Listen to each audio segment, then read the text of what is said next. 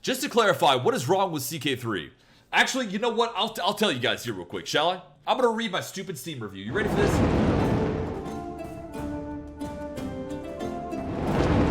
I have 2,000 plus hours of ck2. I came into this game with an open mind as it was billed as an heir.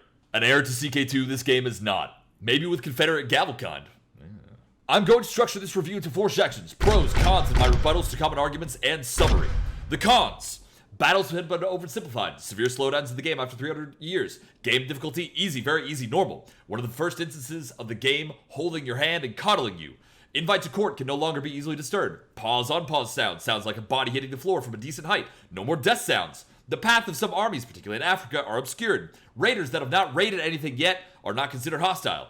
Excessive turmoil from character death, in my opinion. Raiding does not lower the opinion of the raided party. Missing artifacts, missing great works, missing governments, missing retinues, missing societies. ICTA is now simplified. Succession laws are now locked behind a time wall for arbitrary reasons. Magic boats, need I say more? This grand strategy does not have a fucking ledger.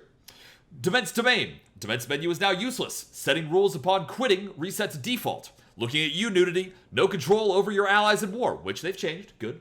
Chain alliances with AIs. Auto alliances upon marriages. Declining a war invitation to your alliance you automatically were conscripted into costs fame. Traits are now automatically passed down due to both parents having identical traits. Not enough access to information. Too much aesthetics. You no longer get claims on the land you've lost due to independence factions. Full Treb/Cannon Man-at-Arms takes down any fort in about 3 days. Tech arbitrarily locked behind a date wall. Can no longer forbid yourself from leading troops easily. Your heir automatically becomes a knight. After pausing notifications, armies and navies still move and pop up. Roman Empire, after creating, regardless of previous inheritance laws, becomes Confederate partition. Switch from tribal is too rough. Music is condescending. It jarringly stops the previous song to play a loud-ass war song. Difficult to tell which barony is capital from a glance. Giving away baronies of a type you cannot rule while you're greedy induces stress. Crusader screen downgraded. Childhood focus is set for you and you're not notified to set a new one. A distinct lack of map modes. The sound when the war score hits 100 does not play if you have the military screen up. Multiplayer allows players to swap around to the ruler they are at war with, accepting the surrender and swapping back. Byzantium, being the only realm with Primo, makes 0 sense. Minimal start date options, restricted to 3 personality traits while the other traits are relegated to the minuscule Shadow Realm. Patch notes 1.1 were too chill and written nilly-willy. Pros, gorgeous map, animations are clean as fuck. Focus tree is geared towards more roleplay aspects. Interesting decisions, kind of. Special buildings are special. Stress system is generally good with only a few drawbacks. Oversimplification makes it so that newer players can pick it up easily.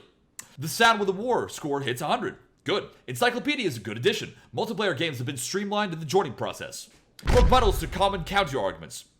ck2 was not as good at launch. This argument can be deconstructed one of 2 ways. The first being ck2 did have the depth that it always had at the end from the beginning, while ck3 has not. For a clear example, we can talk about the combat system. That system was far more complex and grand strategy game worthy.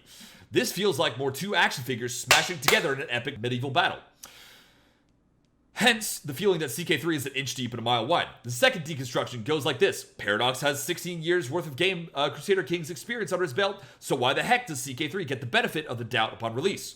Should the game not be better than its predecessor? And if the answer to that question is no, then you must ask yourself why.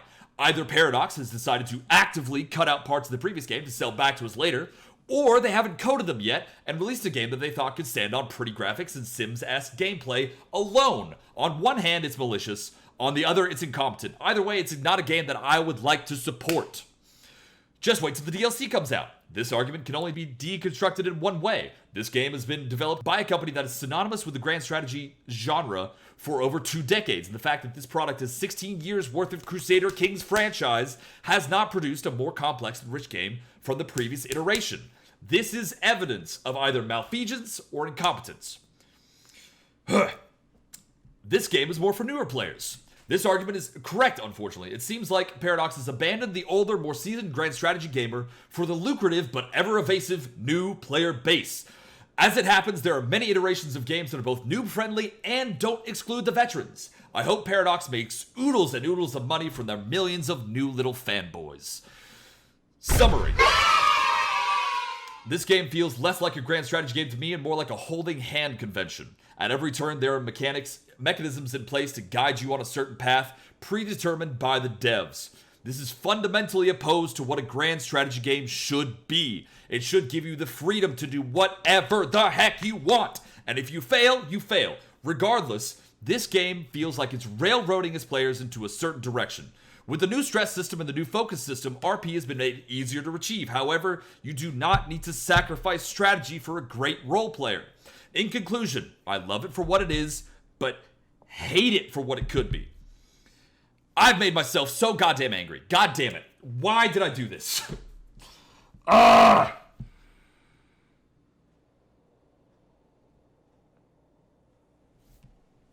That's what I think about ck3.